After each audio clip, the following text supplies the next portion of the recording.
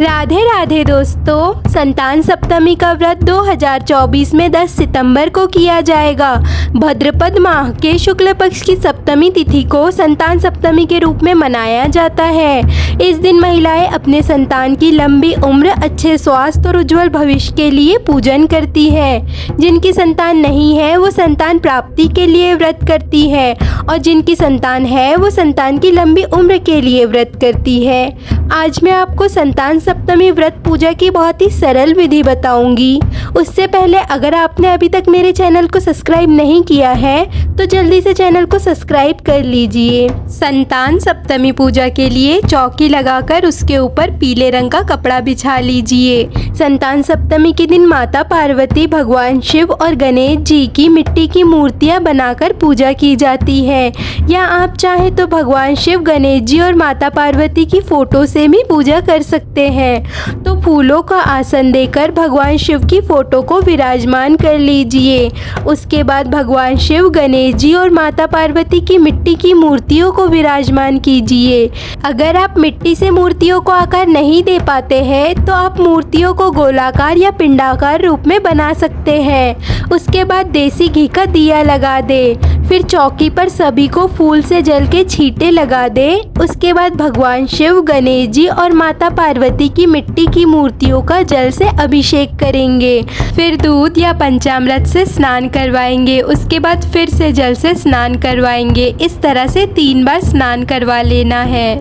फिर हम सभी को वस्त्र स्वरूप कलावा समर्पित करेंगे। फिर सभी को तिलक करेंगे। तो पहले चंदन से सभी को तिलक कर ले। फिर हल्दी और रोली से माता पार्वती और गणेश जी को तिलक करें। भगवान शिव को हल्दी और रोली से तिलक नहीं करना है। दिए को भी हमें तिलक कर लेना है। फिर गणेश जी और भगवान शिव को जनेऊ समर्पित करेंगे और माता पार्वती को चुनरी समर्पित कर सकते हैं। संतान सप्तमी के व्रत में दुर्वा का बहुत अधिक महत्व होता है, तो दुर्वा आप जरूर लेकर आए और गणेश जी और सभी को दुर्वा समर्पित करें। इसके बाद भगवान शिव को आप बेलपत्र, धतूरा, भांग समर्पित कर सकते हैं और साथ ही सभी को फूल समर्पित करें। फिर दक्षिणा समर्पित करेंगे। इसके बाद माता पार्वती को श्रृंगार का सामान समर्पित करेंगे। संतान सप्तमी के व्रत में डोरा बनाया जाता है। बहुत से लोग चांदी का कड़ा या छल्ला बनवाते हैं। अगर आपने कड़ा या छल्ला नहीं बनवाया है तो आप कलावा ले लीजिए। फिर उसमें 7 गांठें लगाकर डोरा बना लीजिए और उसे चौकी पर रख ले। अगर आपने चांदी का छल्ला बनवाया है तो आपको डोरा बनाने की ज़रूरत नहीं है, आप कड़ा या छल्ला की पूजा कर सकते हैं। फिर हम डोरा की पूजा के लिए पहले जल से छींटे लगाकर उस पर तिलक लगाएंगे और फूल समर्पित कर देंगे। उसके बाद सभी को भोग समर्पित करना है। संतान सप्तमी के व्रत में 7 मीठी पूरियां बनाई जाती है। 7 मीठी पूरी माता पार्वती को भोग लगाने के लिए और 7 पूरी आपको खानी है। तो 7 पूरियों का पहले भोग लगाए। फिर उसमें से 7 पूरियां किसी को दान करनी है, लेकिन अपने परिवार के किसी को दान नहीं करनी है और बाकी की 7 पूरियां जिसने व्रत किया है उसे खानी है।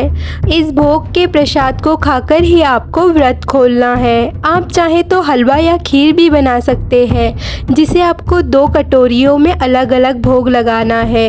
भोग लगाने के बाद 1 कटोरी प्रसाद को आपको दान कर देना है और 1 कटोरी प्रसाद को आपको स्वयं खाना है, लेकिन मीठा भोग ही लगाना है। उसके बाद 1 लोटा जल समर्पित करेंगे। फिर धूप दीप दिखा देंगे। फिर संतान सप्तमी की व्रत कथा सुनेंगे।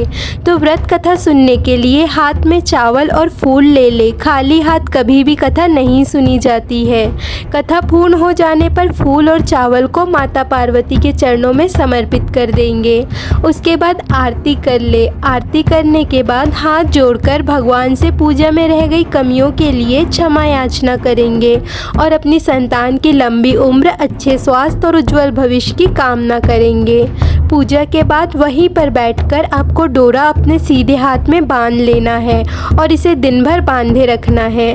तो इस तरह से आप संतान सप्तमी की पूजा बहुत ही सरल तरीके से कर सकते हैं। दोस्तों, अगर आपको इन्फॉर्मेशन ज़रा भी यूज़फुल लगती है तो प्लीज़ चैनल को सब्सक्राइब और वीडियो को लाइक, कमेंट, शेयर ज़रूर कीजिए।